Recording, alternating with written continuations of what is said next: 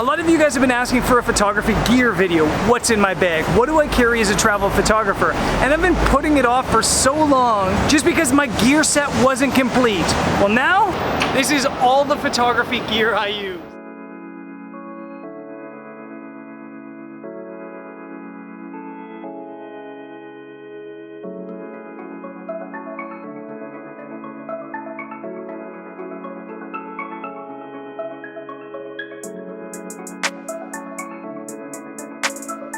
So before I get into the photography stuff, I want to talk vlogging gear because a lot of you ask about the vlogging gear. My vlogging gear is kind of simple, I guess, although it doesn't look simple. This is the Zhiyun Crane Plus gimbal. It's awesome because it's got this little tripod bit here. Yeah, super stable as well. The camera I use for it is the Canon 200D, which is actually the second smallest DSLR in the world next to its predecessor. On it, I have the 10 to 18 millimeter lens. That's an STM lens, so the focus on it is awesome. And on top of it, it's the Rode Video Micro. It's a simple lens, doesn't have an external battery, no controls, and it's fantastic. So that's the vlogging setup. We're headed now in the heat to the flea market. I'm gonna bust out the photography gear there and show it to you.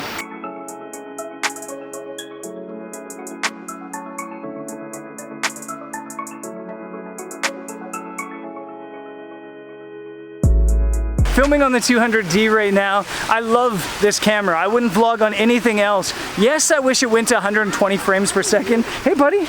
There's this cute dog following us. Hey bud.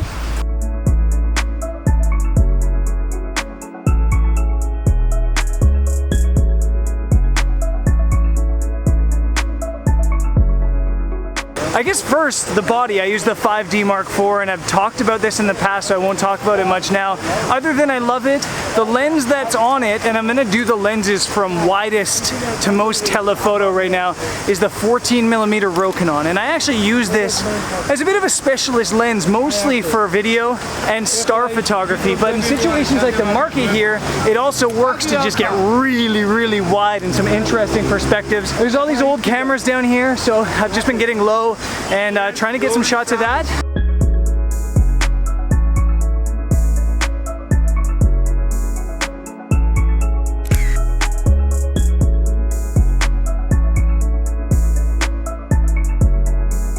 Lens number 2, 16 to 35 millimeter. I think this is my favorite lens. It's the f4 version, not the f2.8, but fantastic for video, but for stills, it's just sharp from corner to corner. And I think if you're a travel photographer and you can only have one lens, take the 16 to 35 out. It's just so good. I think like 40% of my photos are taken on the 16 to 35.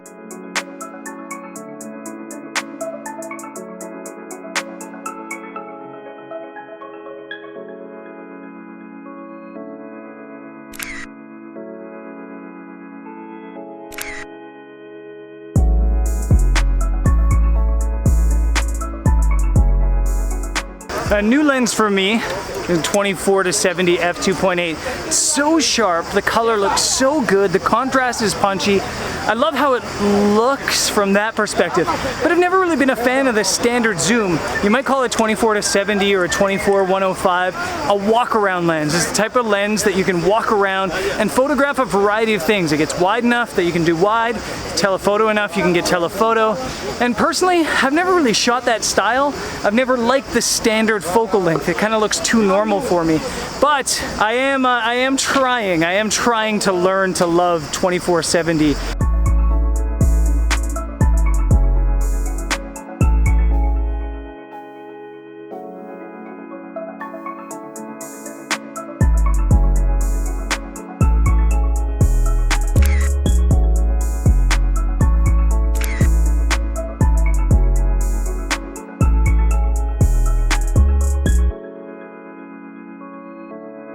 If I mentioned recently, it's hot in Tbilisi, 35 degrees, and out shooting. I don't think I've gotten any photos that are great, but it's been fun.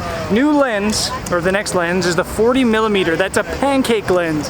And I think Canon developed this for video shooters, for vloggers. It's an STM lens, which means it's fantastic at autofocus, like a silent autofocus while shooting. It's just beautiful. But I've actually started to use it a lot for street photography just because it's so small. cool. It doesn't look scary to be people being photographed by it, I don't think. Yeah, I'm loving it.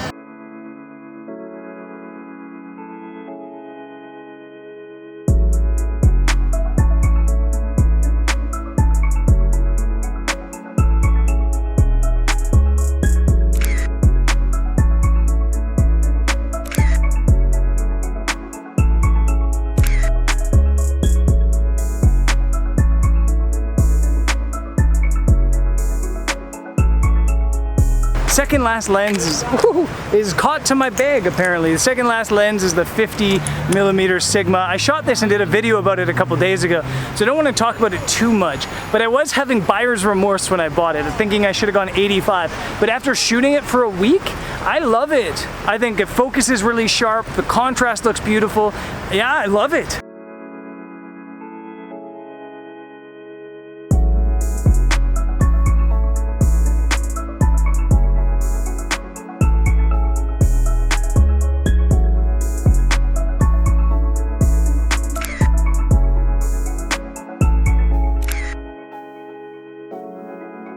We are here in the flea market still, and this is like an art gallery, an open art gallery that's awesome, and the paintings here are phenomenal. But the painters, they haven't been too fond of us photographing them or filming here. So we might move on to somewhere else.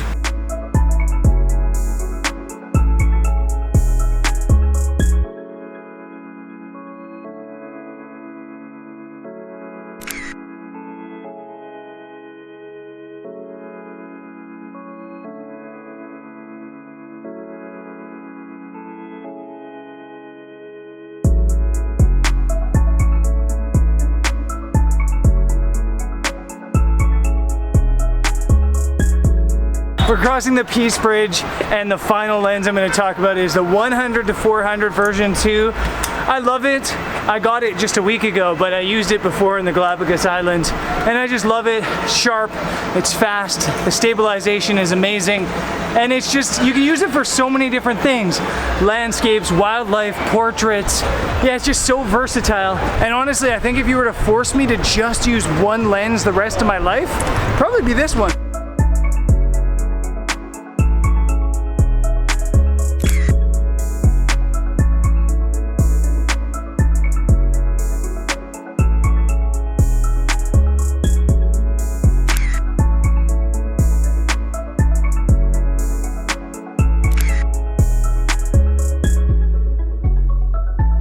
Oh, and I have a drone too, but we can't fly it in the city, so we'll fly it inside.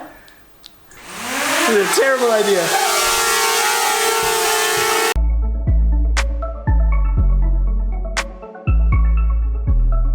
That's the Mavic Air. I also have the Mavic Pro, but I mostly just travel with the Mavic Air now. It's so stable. We're in a small room, and yeah, no problems flying. And you know what? Whoa, we're done.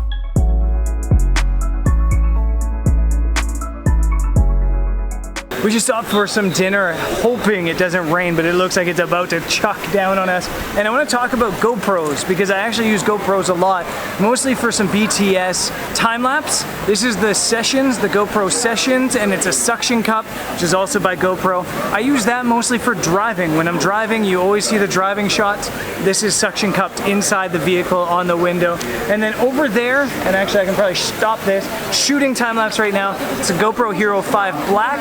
And this little mini tripod is actually called the Iggy, and it's by Three Legged Thing, and it's really, really handy. And I guess that brings us to the next thing, which is tripods.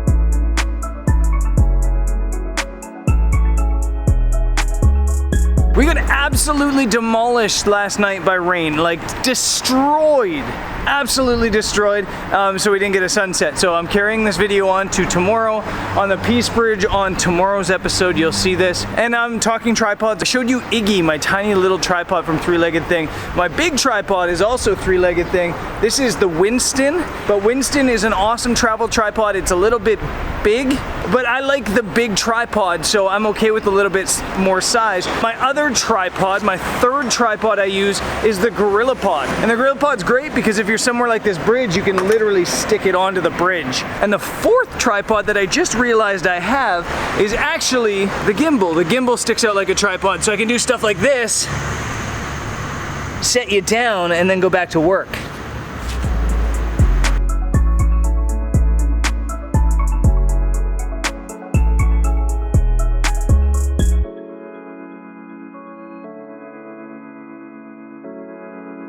I almost forgot to mention the piece of gear that everybody asks about. This is the gear that people ask the most often about in the comment section. This is an L bracket from Three Legged Thing. And what this L bracket does, it's universal, so it'll attach to any DSLR, but it just allows me to flip my camera over this way and get a stable shot at the top without having to bend the ball head down.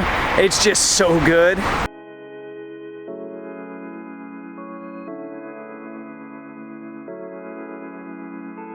Last piece of kit, I promise you, and yes, my back hurts from carrying it all around. Filters, these are my filters. I carry way too many filters, but I use the Lee Foundation system. That's the Lee system. The reason I use the Lee system is because it pops on so quick. The one danger of the Lee system is that it pops off really quick too, and you can hook yourself on that and it can fall off of cliffs or onto pavement and you can break filters, or off of bridges and into the river into Tbilisi. For filters, I have three kinds of filters. The first kind of filter is an ND filter. That's an ND filter, and basically it just blackens out the frame. It allows you to slow down the shutter speed or open the aperture and get those long exposure shots. That's what I use this for primarily. I have three of these things. I have a 3-stop, a 6-stop, and a 10-stop. I probably use my 6-stop the most. Filter number 2 is a polarizer, and I'll actually show you how the polarizer works. The polarizer is this, it's also Lee, and it screws onto the very front element of the Lee system.